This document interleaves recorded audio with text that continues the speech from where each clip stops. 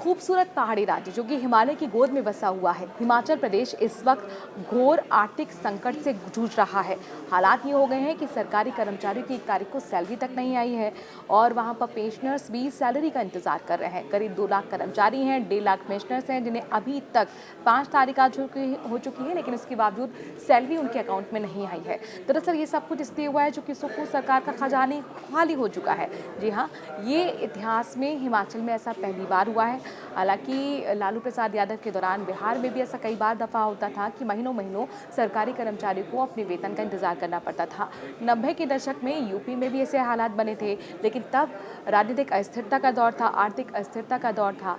लेकिन हिमाचल प्रदेश जो कि कई संसाधनों से परिपूर्ण है, खूबसूरत पहाड़ी राज्य है, वहाँ पर इस तरह का आर्थिक संकट आना अपने आप में कई सवाल खड़े करता है। इसको लेकर राजनीति भी शुरू हो चुकी है।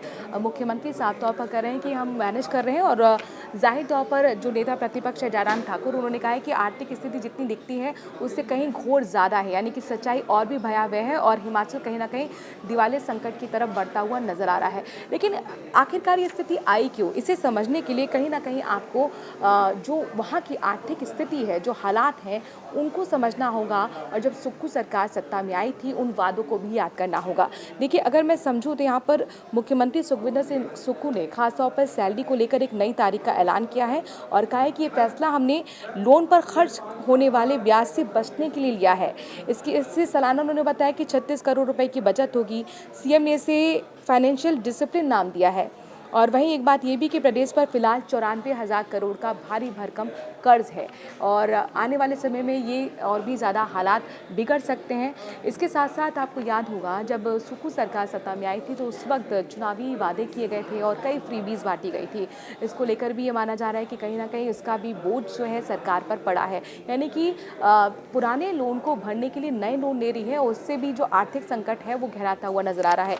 एक चीज़ मैं और दर्शकों को बताऊं कि अब ये माना जा रहा है कि 6 तारीख को माना जा रहा है सैलरी सरकारी कर्मचारियों के खजाने में आ सकती है, क्योंकि जो पूरी की पूरी उम्मीद है वो राज्य सरकार की केंद्र से है। केंद्र से आने वाले रेवेन्यू डेफिसिट ग्रांट पर ही अब उम्मीद टिकी हुई है। ये ग्रांट 5 सितंबर को आएगी तो बैंक में 6 सितंबर को इसका इम्पैक्ट दिखेगा, यानी कि अब वेतन की उम्मीद 6 तारीख की बंधी हुई है। तो कुल मिलाकर 490 करोड़ जो कि राज्य घाटा अनुदान की 1 रुपए की मासिक किस्त मिलने के बाद ही कर्मचारियों को वेतन मिलने जा रहा है। इसके साथ साथ कई लोगों ने अपने अनुभव भी साझा किए हैं। उनका कहना है कि हिमाचल जैसे कुदरती संसाधनों वाले राज्य में स्थिति ये पहली बार आई है। इस पर ज़रूर विचार सरकार को करना होगा कि आखिरकार इस स्थिति से कैसे उभरा जाए।